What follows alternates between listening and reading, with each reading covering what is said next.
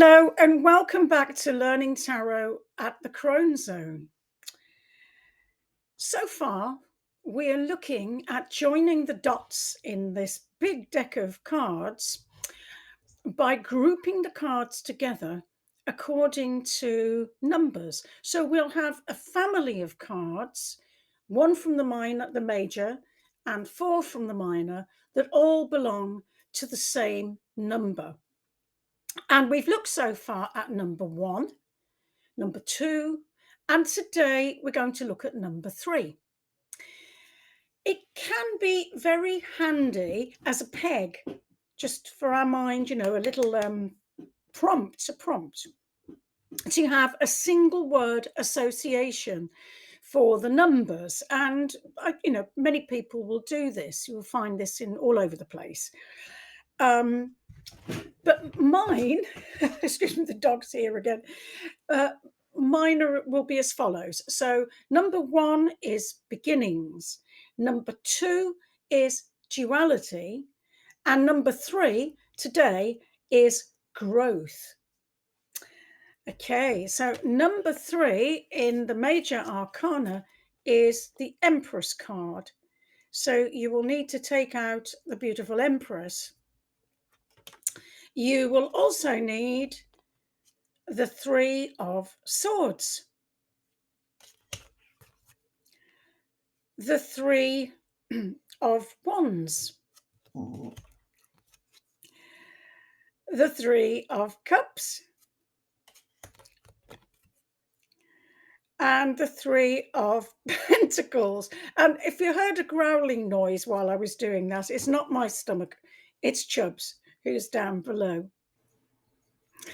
Let's dive straight in then and meet the lovely Empress.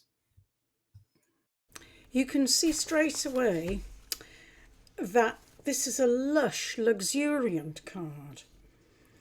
The pregnant figure in her pomegranate gown, and remember pomegranate is associated with fertility and femininity, is recumbent on soft cushions. Around her, everything is burgeoning and growing. Nature is bursting into life. And this is very significant because until we reach the Empress in the Major Arcana, nothing is actually formed in reality. She births all earthly forms of nature and all other forms of creativity, which result in something tangible in our physical world. She's associated with the planet Venus, so there's also a strong connection to pleasure. We can see the astrological glyph for Venus on the shield at the side of the Empress's throne. The Greeks thought of Venus as Demeter, the Earth Mother. Hers is a motherly, nurturing energy. She's magnetic and receptive and draws abundance to her. This is a very abundant card. And she's also about pleasure and joy and physical embodiment.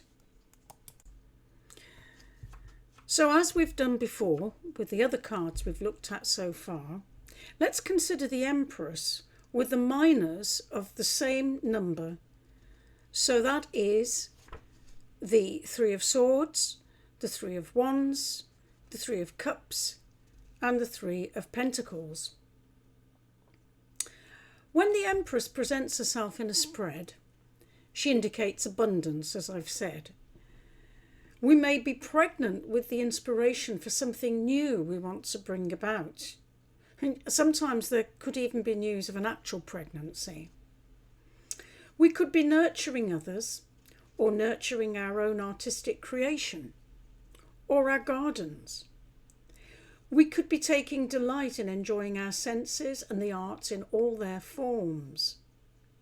We could be acting as mother or midwife to all the things we want to birth.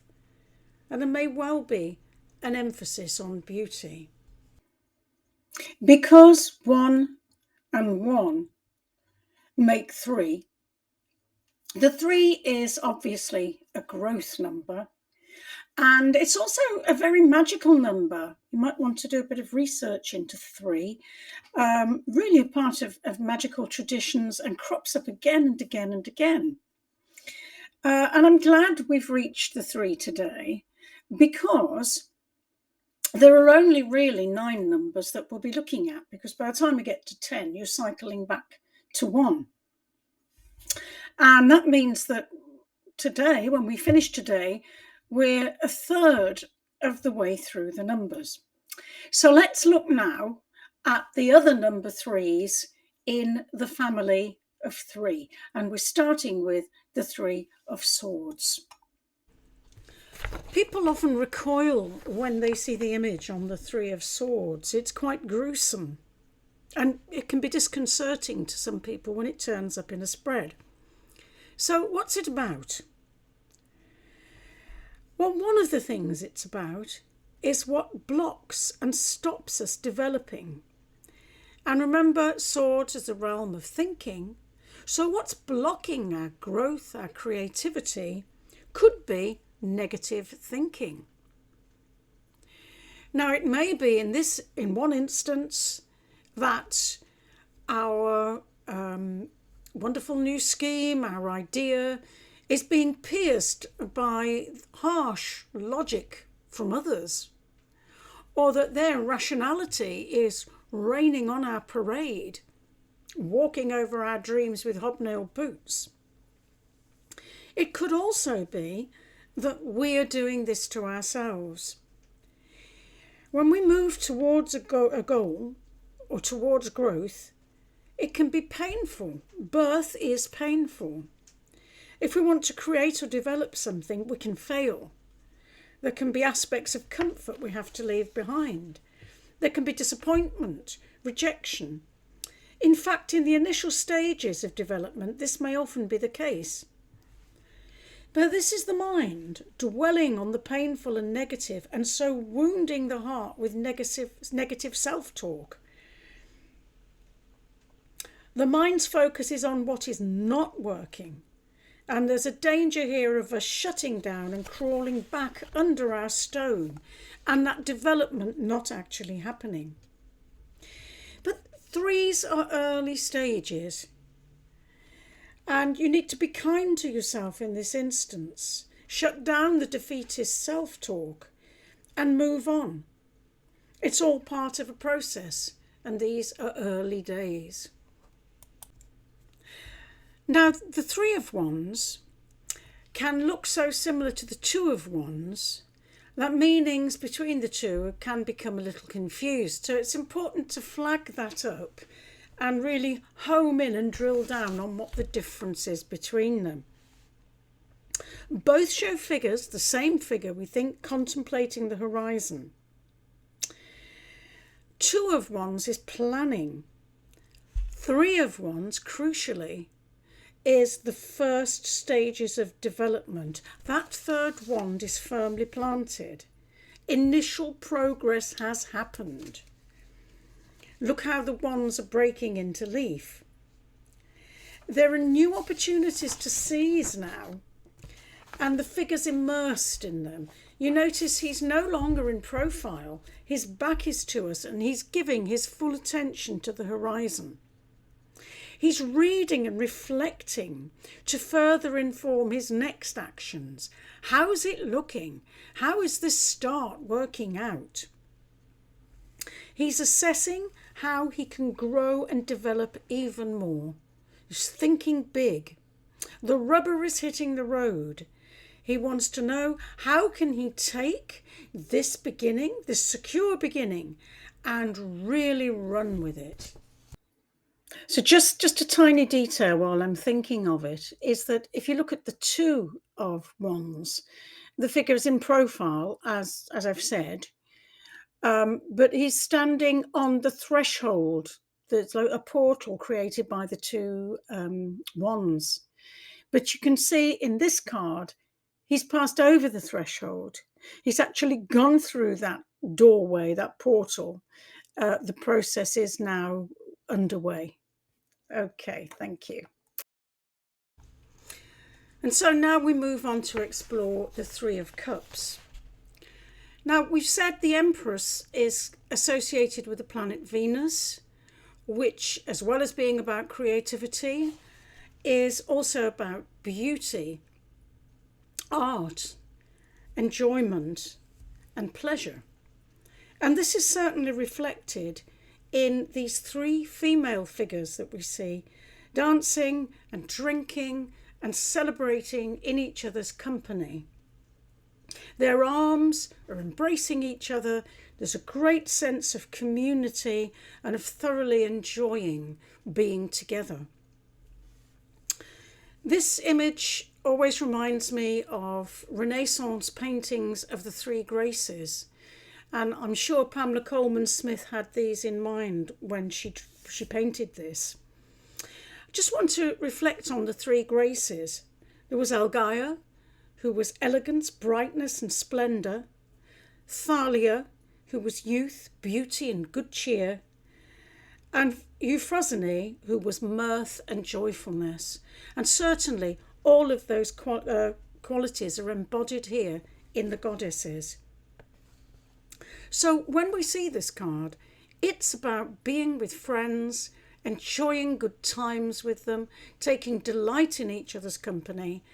And you don't have to be female to be doing this either. This is just as much a good signifier of friendship and enjoyment of company for males as for females. It's a lovely party card. So just to conclude, the type of growth that we're seeing in the Three of Cups is social development, social growth, branching out, reaching out and enjoying society. I think the meaning of the Three of Pentacles can be a little bit obscured by the fact that it's set in a church and has a medieval sort of aspect to it. But let's just have a look at what's going on here. Well, there's a young apprentice stonemason up on the bench there, and he's completed 3 pieces of stone sculpture there. And there's a church dignitary and someone who we assume is an architect who has plans in his hands. What does this mean then? Well, when it shows in a reading, this card can be about winning recognition from people who can further your career. We can see that the young man's work is being appraised in quite a positive way. Can also see that he is part of a bigger team. So sometimes this can indicate people who can give you support, who can help you move forward. Can also be an indicator of apprenticeships of different sorts. It can be a clue that the best way for you to develop is going to be with others, in harness with others, to develop the beginnings that you may have made on your own. There's a real potential to develop. It's small, but you've made solid beginnings. This is the thing. And opportunities are being offered to you. It may be, this will come up as something like a pay increase, or it could be that there'll be opportunities offered to you, which will really take you forward. So the message is, keep at it.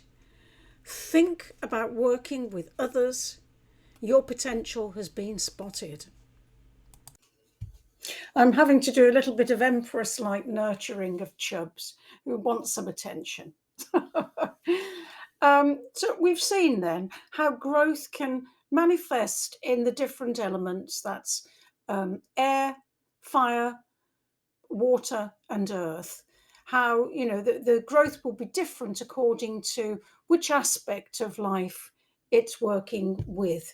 And as ever, if you see multiples of the cards, so more than 1, 3, and certainly if you see the Empress and a 3, then that again is reinforcing that message of growth, of this opportunity to burgeon forth.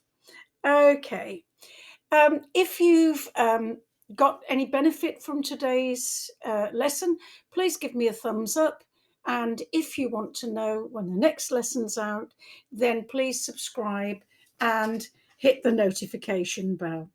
But I think we're done for today. So Bye bye and see you next time. Bye.